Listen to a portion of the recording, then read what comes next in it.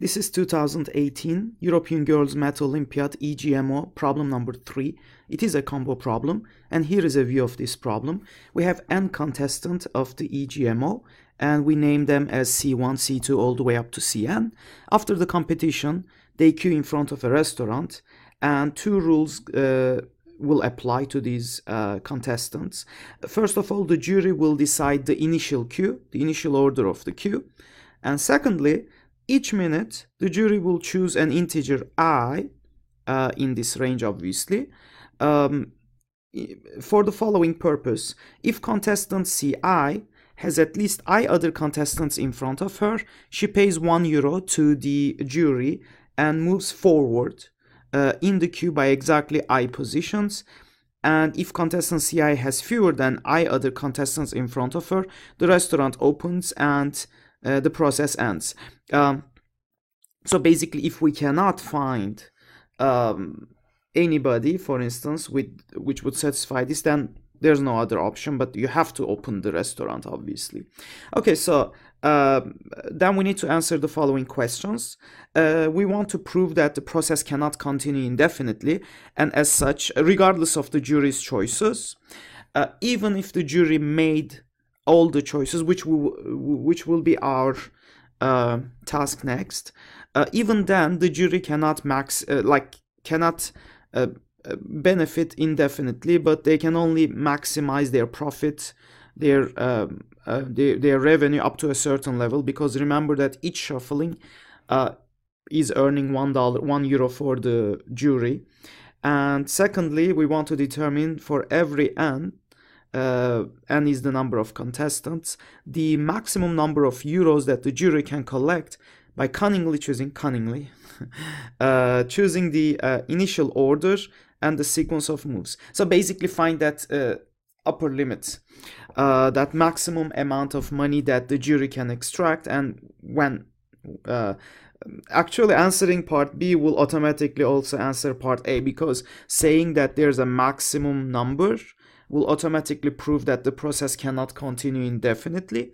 In general, the way to solve these type of problems where there's a process and to show that it can't go forever, if you check the Sriram notes, the idea is to come up with a monovariant and to show that, well, obviously, and the monovariant, if it's a positive integer, and at each step of the process, if the monovariant decreases, and it can never become negative, so obviously by a property of positive integers, eventually this process would have to stop, because we have a limited number of positive integers less than that starting point.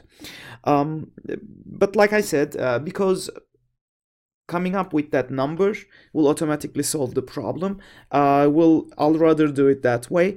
So first I need to understand how to play this game, and let's just randomly queue the contestants, and for simplicity, rather than calling them C1, C2, Cn, I'll just call them 1, 2, 3 and so on.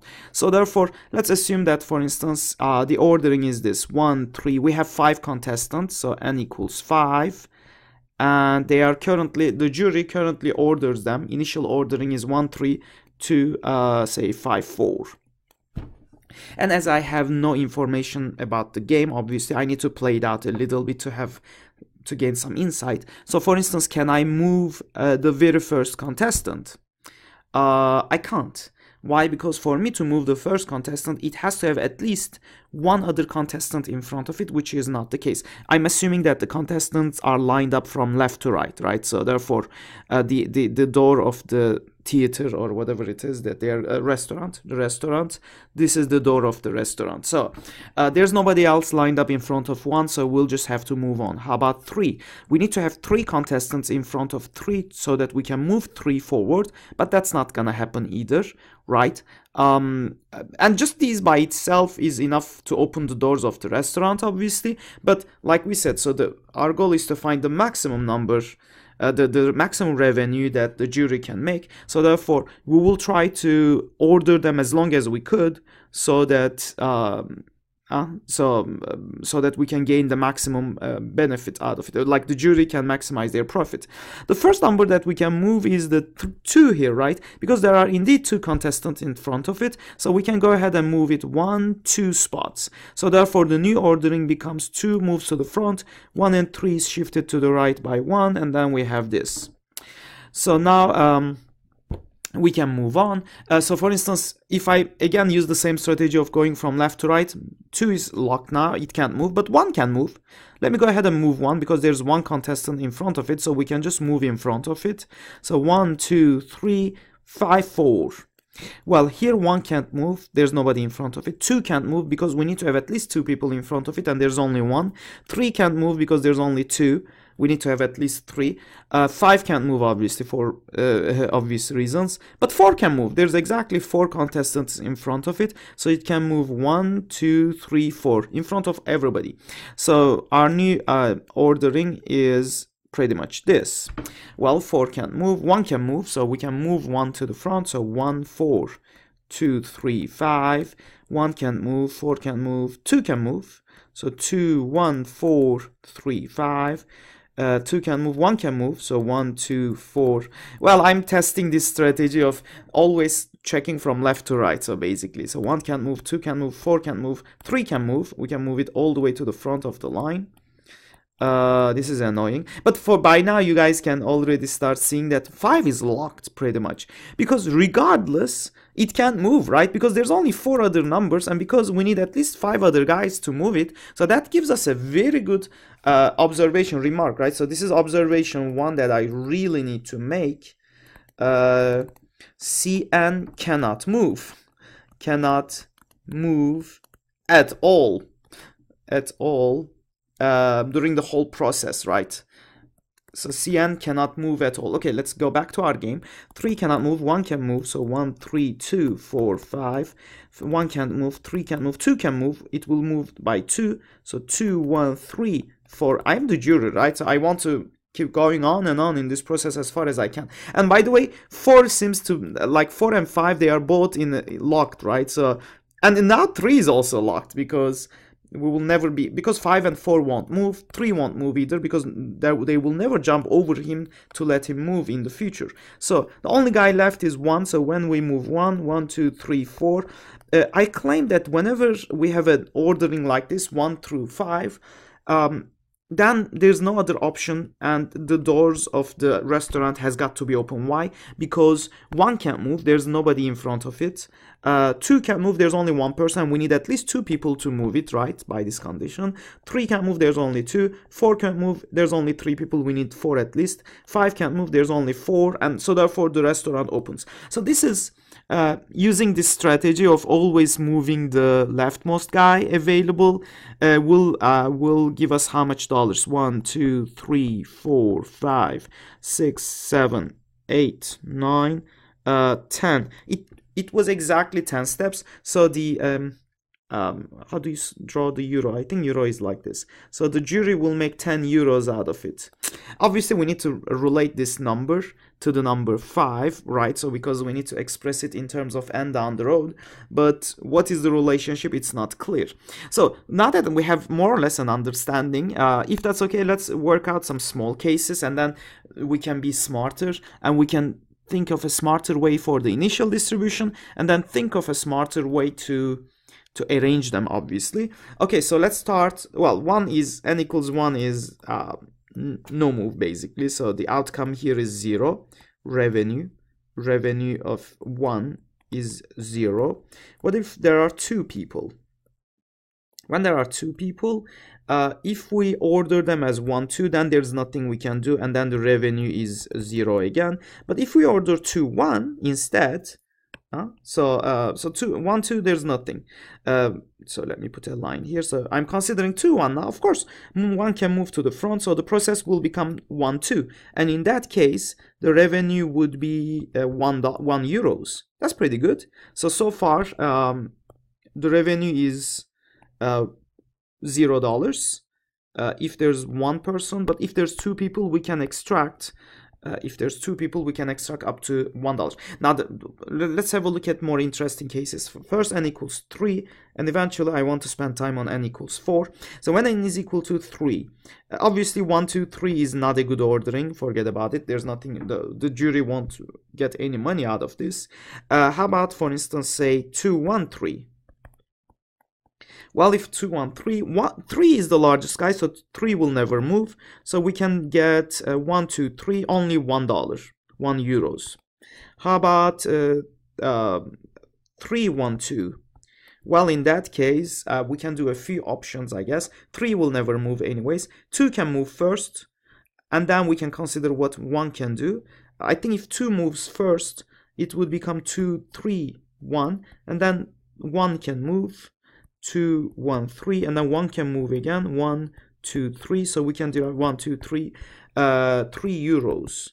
Instead, if we started by moving 1 first, I don't think anything would have changed. So if we moved 1 to the front, it would have become like this. And then in the second step, I would have moved the 2 first. 2, 1, 3. Okay, so we are back into the same outcome.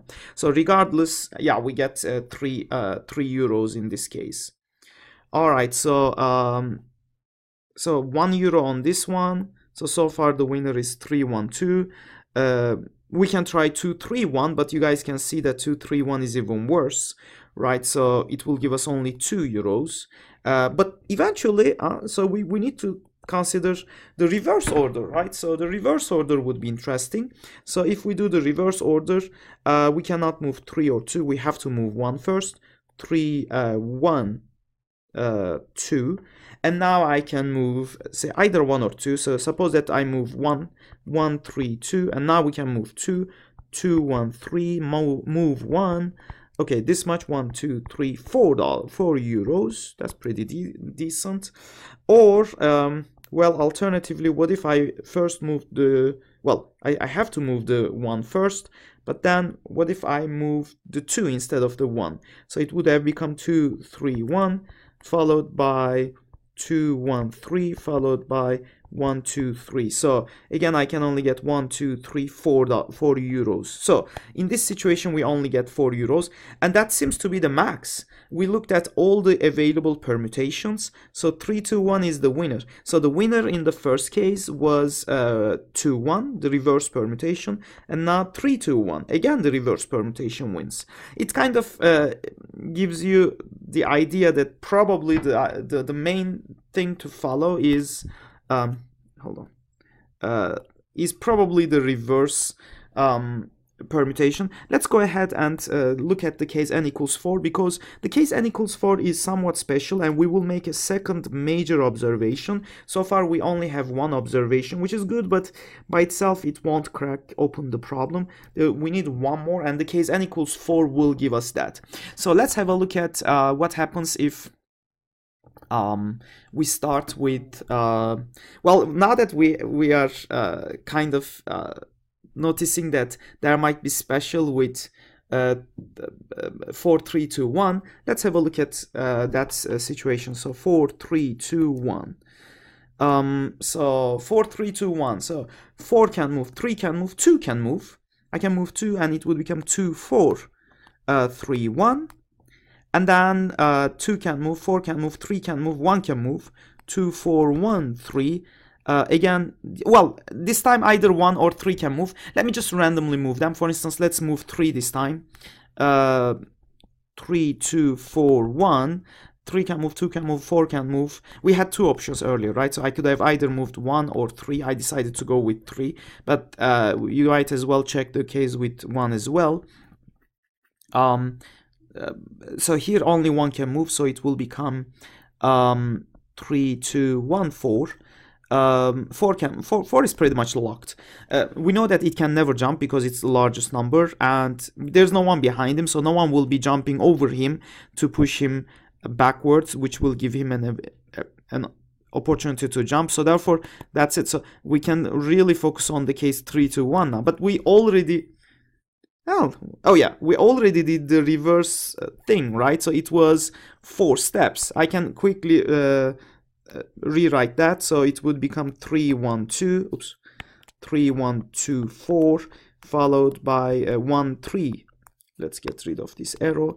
1 3 2 4 followed by 2 1 3, jumping the 2, 4, and final jumping the 1, 1 2 3 4.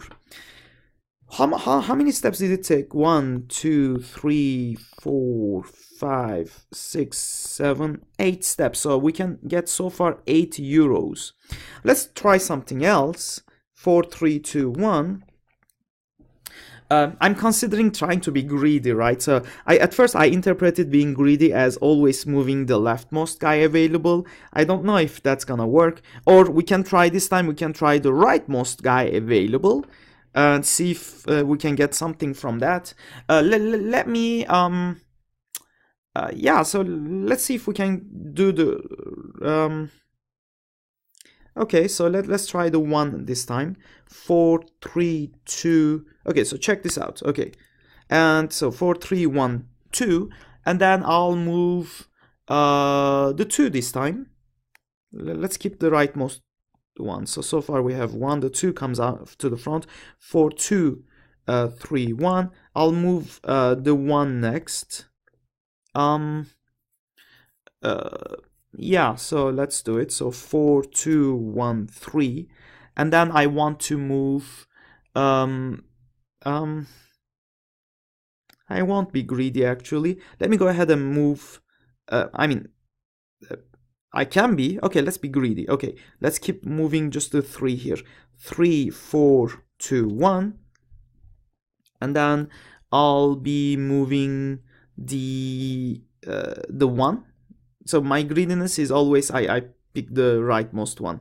I don't know if this even qualifies for being greedy at all, but okay. So 1 2, and then I'll do I'll move the 2 here. 3 2 4 1. It seems this is an improvement based on the earlier one, right? When I tested this earlier, my initial attempt I was able to get only 8 euros, but this time it seems promising. Okay, so next, being greedy was the rightmost one. So 3 2 1 4. Aha! So once you have 3 2 1, we already know how many steps. It will take only 4 steps. So therefore, it will take after 4 steps plus 4. Right, so far I have plus 1, plus 1, plus 1. So 1, 2, 3, 4, 5, 6, 7, plus 4 is 11. After 11 step, I know that I can make it to, wow, 11 euros is pretty good. And I think this is actually the max that one can collect when n is equal to 4, if I'm not mistaken. But then so I think we need to really start thinking what made this this process somewhat inefficient versus make this one efficient, right? So how can I ensure that the jury can ensure that they will be maximizing their revenue, right? So the trick actually happened. So the thing that made this guy inefficient, and I'm sure after you play around with this game a lot, you would realize what's going on. So the thing that happened was actually in the very first step. On this inefficient one, when I decided to move 2 spaces and I pushed it all the way to the front, I made 2 jump over 2 guys, obviously because it's a 2, but both of these were greater than 2. So usually whenever a number jumps over other numbers, it seems it always jumps at least one bigger number, right? So for instance, if I'm jumping 3 and if there was only smaller numbers in front of 3, I can't jump 3, right? I need to make sure I have at least another number. I have to have at least one more number, right? So, and that number, because it has to be 1 and 2, so it's short, it has to be another number in front of it. So that's the second observation, and then that will also lead us to our third observation. So observation 2, we should have made this observation earlier, I think, and maybe you guys did while I was trying to figure this process. Each contestant, each CI jumps over at least CJ where at least one CJ where j is greater than I. So you jump over at least one guy which has a greater index than you do. But at the same time, this also leads us to the idea that observation 3, in order to maximize revenue, so this is kind of like more of a claim, it seems like maximizing revenue is somewhat revenue is associated with is corresponding with let me move that one here, jumping over at most, well, exactly one at most, or I should probably say exactly one contestant CJ, contestant with greater index. And actually this is the key observation that solves this problem. There are other ways you guys can attempt to approach the problem, but in the end, this is the most robust one, and this is the one which actually solves the problem. Other approaches will fail. I tried a few other ways to deal with this, but they didn't lead me anywhere. But this one is a good one. So based on this now that we know that we can jump at most over 1, let's try to see if we can understand the whole thing, and we can maximize the thing, right? So basically, by jumping over at most one guy whose index is greater, let me see, we can okay, so let's start with the latest contestant. So Cn, well, Cn, how many jumps will he make? Cn will okay, so now we are in the general case, right? So let me use a different color actually. Okay, so now after all these observations, now we're ready to solve the problem actually. So Cn will make what? 0 jumps. That's clear, because it's the largest, the one with the largest index. It can't jump over others, because even if all the others were in front of him, there's only n-1 other contestants. He needs at least n contestant to jump, so therefore he has to make he will make only 0 jumps. Now Cn-1, I'm keeping track of individual contestant, the number of jumps individual contestants make, right? Okay, so Cn-1 will make at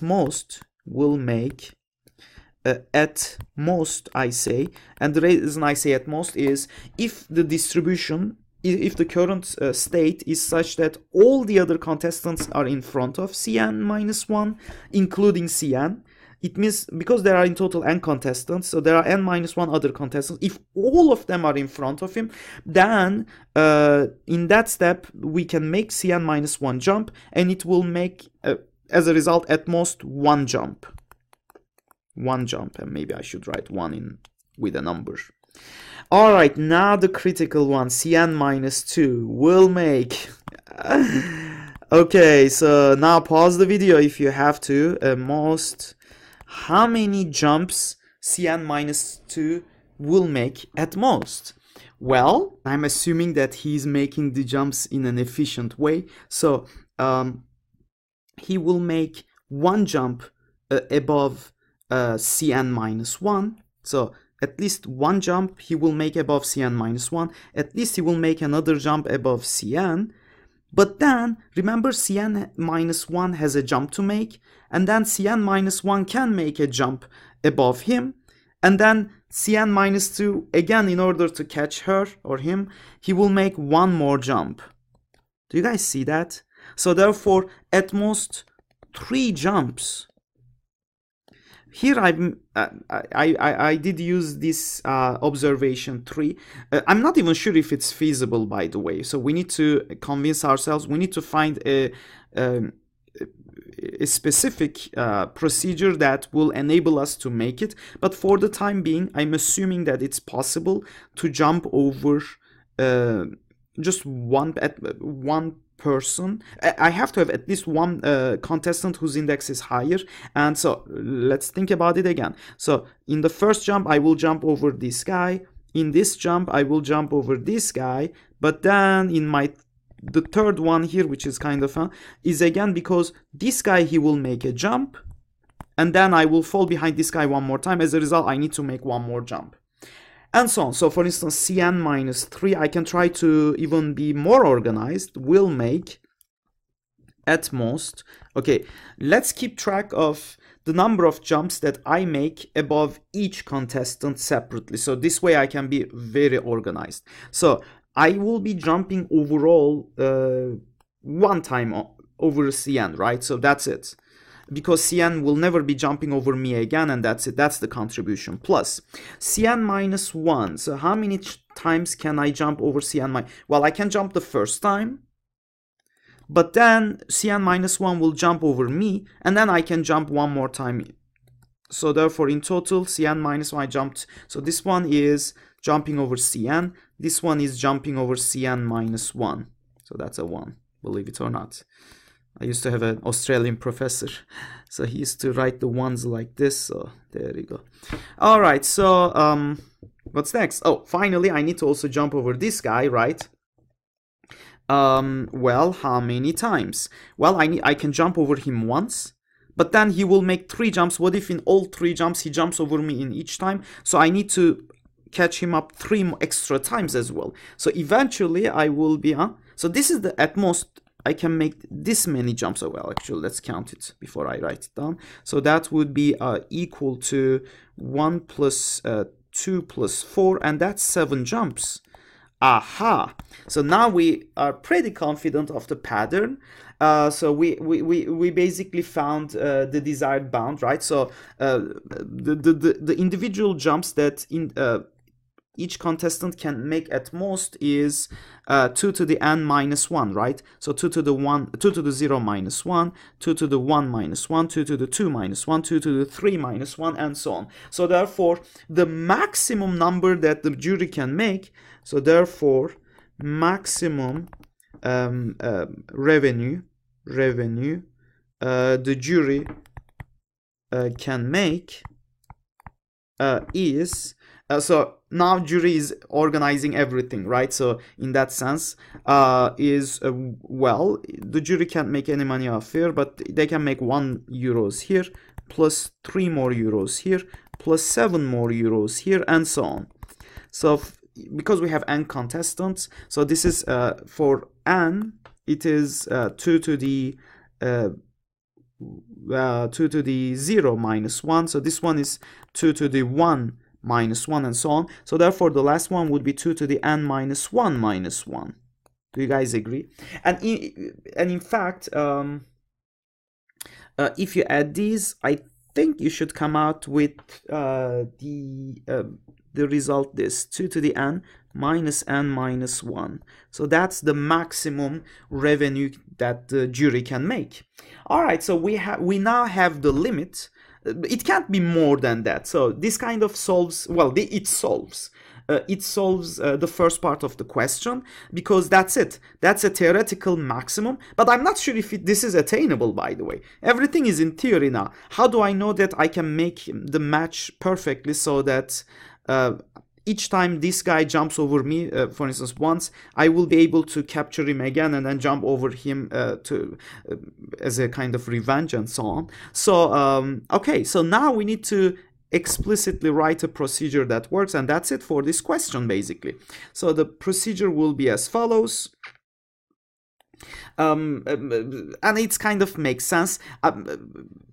So going back to our initial observation, again another observation, so probably it has to do with the reverse order. So far I haven't made, so this argument does not make use of anything about the reverse order. Now we can finish it. So if the contestants are reversely ordered, n minus 1, n minus 2, and so on, 3, 2, 1, what I can do is inductively, right, I can first move these guys, or so focus on these m minus 1 guys.